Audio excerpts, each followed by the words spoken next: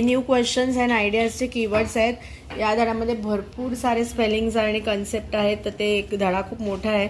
बुद्ध कोण होता, तर मग गौतम बुद्धाची स्टोरी सांगितली आहे। बुद्धाचं नाव होतं सिद्धार्थ किंवा गौतम आणि ते फाउंडर होते बुद्धिझमचे। बुद्धिझम हे एक रिलिजन आहे, ते सख्या गणामधले होते। रिअलायझेशन म्हणजे त्यांना स्वतःचा शोध लागला। मेडिटेटेड म्हणजे तपश्चर्या केली। पीपल ट्री खाली, बोधगयामध्ये पीपल ट्रीच्या खाली त्यांना एनलाइटमेंट अटेंड केली त्यांनी। So people, Bodhgaya, enlightenment. Sarnath was the place जिकडे त्यांनी फर्स्ट टीचिंग केलं। ते कुठे होतं, वाराणसीमध्ये आहे ती प्लेस। कुसिनारा हे बुद्धांचं लास्ट ब्रेथ त्यांनी कुसिनारामध्ये घेतलं। क्रेविंग्स म्हणजे काय की प्रत्येक गोष्टीची लालच असते आपल्याला, त्याला म्हणतात क्रेविंग, असं बुद्धांनी सांगितलं। तन्हा म्हणजे काय की माणसाची हाव कधीच सॅटिस्फाय होत नाही, त्याला बुद्धांनी म्हटलं की तन्हा, आणि तन्हामुळे आपलं सगळे दुःख आहेत।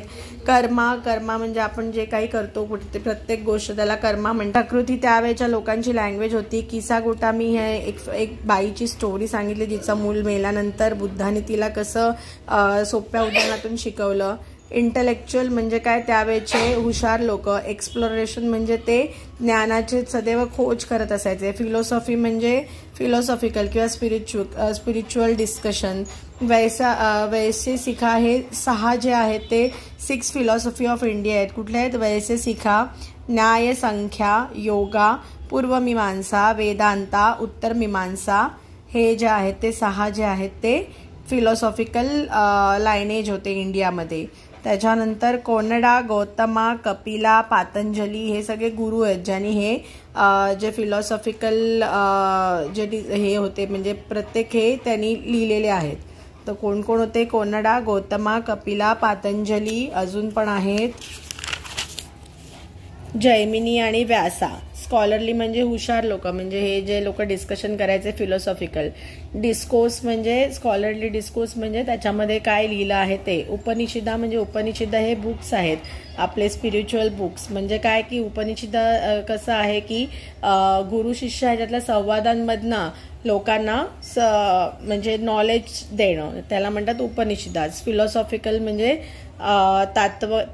तात्विक चर्चा किंवा तत्ववादी लोक। आत्मन म्हणजे प्रत्येकाचा स्वतःचा सोलला आत्मन म्हटले, आणि ब्रह्मन म्हणजे युनिव्हर्सल सोलला ब्रह्मन म्हटले। आणि कन्सेप्ट काय की आत्मन आणि ब्रह्मन हे एकच आहे। छंदोग्या किंवा छंदयोगा हा सगळ्यात फेमस उपनिषद आहे। वर्शिप म्हणजे पूजा करणे। बेगर म्हणजे भिक्षुक, ऍक्च्युली इकडे भिकारी नाही घ्यायचं, भिक्षुक घ्यायचंय। डायलॉग म्हणजे एकमेक उपनिषदांमध्ये लोकांच्या डायलॉगमधनं किंवा कन्व्हर्सेशनमधनं टीचिंग्स दिलेले आहेत। मग मग त्यांनी काय म्हटलं की कोणाकोणाला अधिकार होता नॉलेज गेन करण्याचा, तर राजा, वैश्य ह्यांना होता, पण वुमनला पण होता। गार्गी, अपला, घोषा, मैत्री या तेव्हाच्या एकदम विद्वान महिला होता।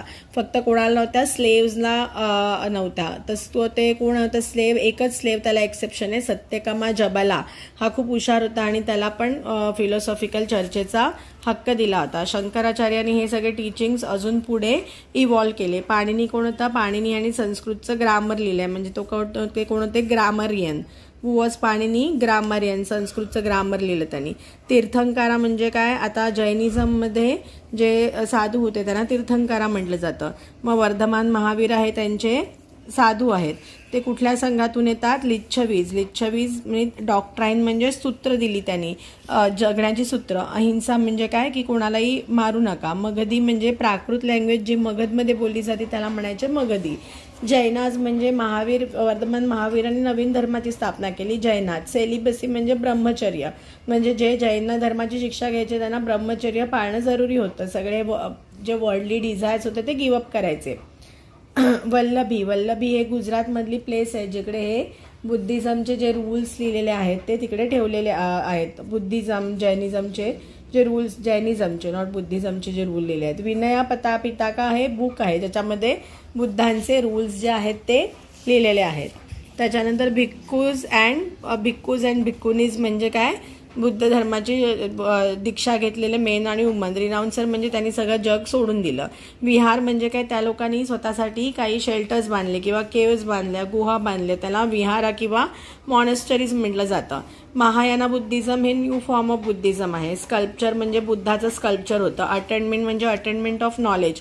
बोधिसत्व म्हणजे कोण, जे लोक ज्यांनी एनलाइटमेंट अचीव केली त्यांना बोधिसत्व म्हटलं जातं.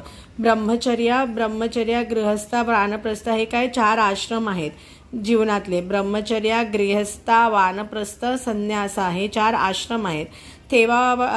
थेरावाडा बुद्धिझम हे हे ओल्ड टाईप ऑफ बुद्धिझम आहे, जे जास्त करून इंडोनेशिया, थायलंड या ज्या मलेशिया, म्यानमार इकडे फॉलो केलं जातं.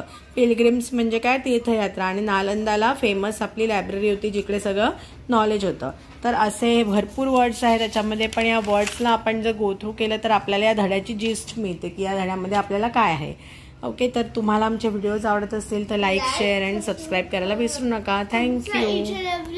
आपल्यासाठी एन्करेजमेंट असतो नवीन व्हिडिओज बनायला, तो लाईक करायला विसरू नका. थँक्यू.